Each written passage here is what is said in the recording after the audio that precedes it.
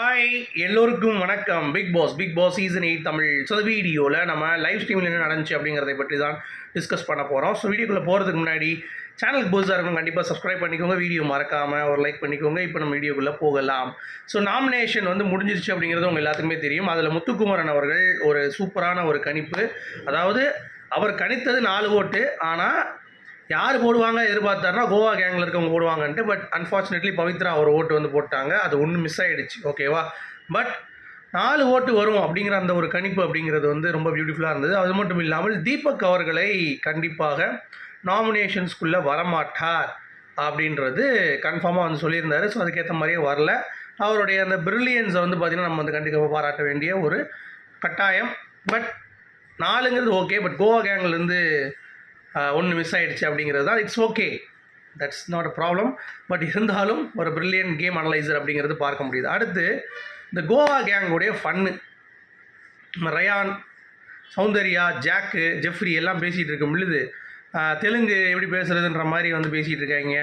Plus பயங்கரமான ஒரு point of வியூவில் ஒரு பேட்டர்னில் நடக்குது. என்ன அப்படின்னா, நீங்கள் பேக்கரியை டெவலப் பண்ணிகிட்ருக்கீங்க இங்கே அப்படின்ற மாதிரி கலாய்க்கிறதும், அப்புறம் ஒன்றெல்லாம் ரெட் கார்டு கொடுத்து அனுப்பிடணும்டா, எல்லோ கார்டு கொடுத்து அப்படின்னு சொல்கிறதும், சௌந்தர்யா என்ன இப்படி சொல்கிறான்னு சொல்லி அவங்க கேட்குறதும், ஜாக்லின் ஆமாண்டா நீ சண்டை போடும்போது இன்னும் சண்டை போட்டோம் அப்படின்ற மாதிரி ஏற்றி விட்டாங்க. ஜாக்லின் சொல்ல, நான் அப்படி சொல்லலடா, நான் சண்டை போடுன்னு சொல்லலை, சும்மா போய் நல்லா பேசட்டும் தான் சொன்னேனே தவிர சண்டை போடுற மாதிரி நான் அவனை ஏற்றி விடலடா ஏன்டா அப்படின்ற மாதிரி சிரிச்சு கிடக்காங்க.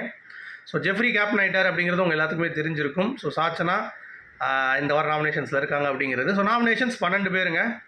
ஸோ 12 பேரில் எனக்கு தெரிஞ்சு ஃப்ரூட்ஃபுல்லாக இருக்கிறது அப்படின்னு சொல்லி பார்த்தீங்கன்னா தர்ஷிகா, அப்புறம் ஆனந்தி, ரஞ்சித், சத்யா, அந்த 4 பேர் தான் எலிமினேஷன்ஸ் தருவாயில் இருக்காங்க. ஸோ இந்த வாரம் டபிள்யூ இருக்கிறதுக்கான ஒரு வாய்ப்புகள் இருக்குது அப்படிங்கிறது பார்க்க முடியுது.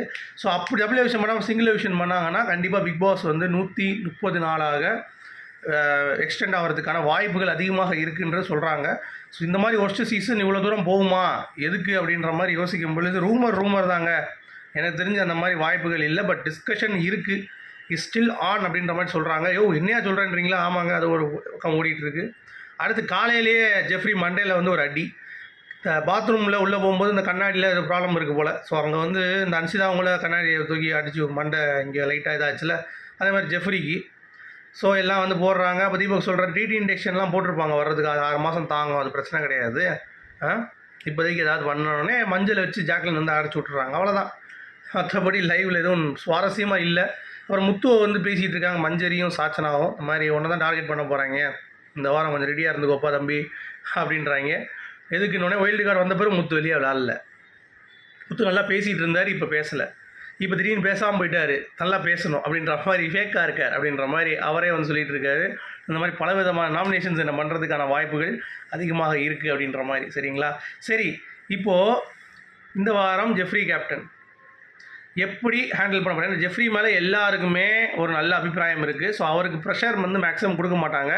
விஜய் சேதுபதி வேறு டாஸ்கில் பார்த்தீங்கன்னா எல்லோரும் ஜம்மா ஜாலியாக ஃபன் பண்ணுங்கன்ட்டு போயிருக்காரு. ஸோ இந்த வாரம் ஃபைட் அப்படிங்கிறது இருக்காது. So back to square one அப்படின்ற மாதிரி ஃப்ளாட்டனாக ஆயிரும் அப்படின்ற மாதிரி தான் தோணுது எனக்கு. சரியா? அந்த மாதிரி தான் எனக்கு ஃபீல் ஆகுது. நீங்கள் என்ன நினைக்கிறீங்க? ஸ்பைஸப் ஆகுமா கேமு? எப்படி ட்ராவல் ஆக போகுது? ஏன்னா கண்டென்ட் எதுவுமே ஜென்ரேட் ஆக மாட்டேது. காலையில் எழுந்துச்சு எல்லாருமே ஃப்ரெஷ்ஷாக தான் இருக்காங்க. விஜய் சேதுபதி ரோஸ்டிங் ஒரு 2 கேங்காக மாறிச்சு, இல்லை கொஞ்சம் வெஞ்சன்ஸ் இருக்குது அப்படின்ற மாதிரி ஒன்றுமே தெரியல. ஸோ 60 நாள் ஆக போகுது. இன்னும் வீட்டில் இவன் மேலே நமக்கு செம்ம காண்டு, கடைசி வரைக்கும் அவன் மேலே நான் வெஞ்சன்ஸ் வச்சுருக்கேன் அப்படின்ற மாதிரி ஒருத்தன் கூட இல்லை அப்படிங்கிறது வருத்தம் அளிக்குது. ஸோ உங்களுடைய கருத்துக்கு சொல்லுங்கள். மீண்டும் சந்திப்போம். Good bye.